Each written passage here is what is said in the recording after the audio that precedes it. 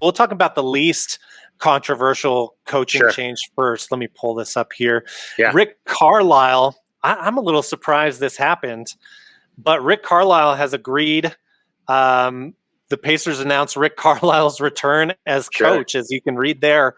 Yeah. He's back in Indiana where he coached from 2003 to 2007. Coached there before he went on to coach the Pistons, and then after that, the Mavericks. So Rick Carlisle is no stranger to Indiana. Rick Carlisle is, I think you would agree with me, an extremely intelligent basketball mind, has been an incredible head coach, obviously brought the Mavericks their one and only title in 2011 against the Heat. And I'm a little shocked that he must see something in the Pacers that I don't see, I guess, is the main thing about this that surprises me, because that is a roster that was unhealthy, and that may have been the primary cause of a lot of issues that they had. But how do you like this from both ends? Do you like this for the Pacers, and do you like this for Rick Carlisle? I'm kind of in a kind of feel about it. I was listening to Bill Simmons and Jackie McMullen was on there, and I kind of got that feeling when she was talking about Rick Carlisle in terms of he could be a little bit prickly. Oh, yeah. But yet he was with Rondo for sure.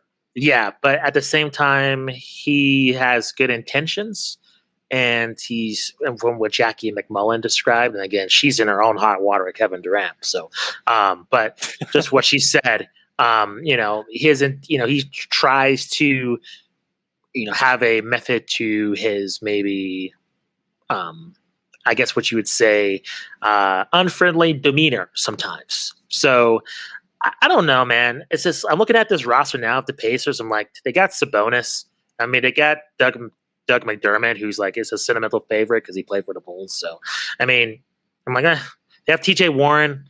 I'm like, Malcolm Brogdon, Miles Turner. Yeah, a lot of guys that are like pieces you would like on your team, but no guys that are like the star to get you over the hump, right? We mentioned. We I think it was Pat Boylan, right? And he was talking about Miles Turner coming back, and then him discussing it. I'm like, I don't know what this team, man. Like, we've seen, it's a mindset. We're looking at the Eastern Conference now. The East is getting a lot better. And so just having like a mediocre team and you just making it to the top four of the standings is not going to work anymore. And I feel like you're right. They have a lot of pieces, which I think there could be a lot of tradable pieces. I just think they're going to end up, there's a lot of tradable commodities. I just don't think, like you said, Matt, as a unit, they're lighting the world on fire. Rick Carlisle, you look at that team, he wasn't able to make Luka and Porzingis work together.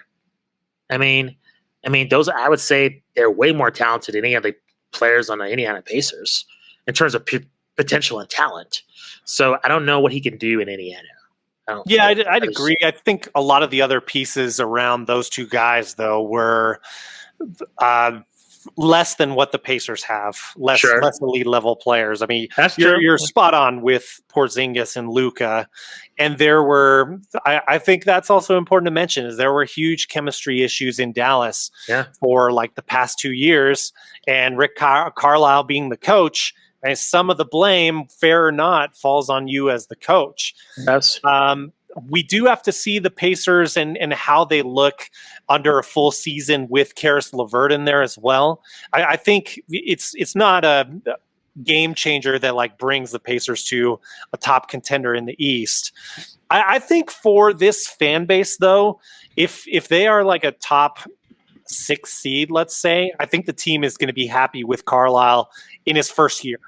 I think if they're in that range, I think that'll be seen as a success. And then it's a matter of, can you draw a free agent, which Indiana, almost never does.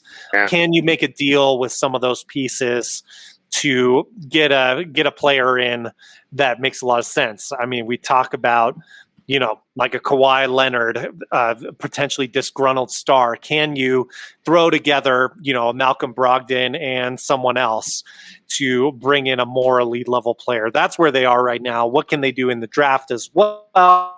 Obviously, that factors into it too, but we know they're not one of the top drafting teams. So I don't know. I like the hire of Rick Carlisle. I'm pretty pro Rick Carlisle in general. But I just don't know if I see this Pacers team going all that much further than like top 6 seed in the East after next season. It's going to depend a lot on the roster. Did you have any other thoughts about Rick Carlisle?